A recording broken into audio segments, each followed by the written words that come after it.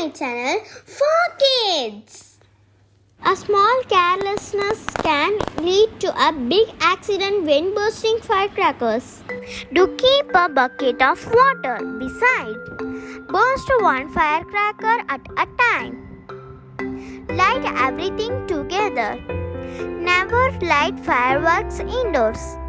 Don't let below 5 anywhere near fireworks. Never light fireworks public place or car parking. Immerse crackers in a bucket of water before disposing. Don't put your hands on your face after opening firecracker. Wash your hands properly after firecracker. Children should not explode alone without an adult. Thanks for watching. Subscribe.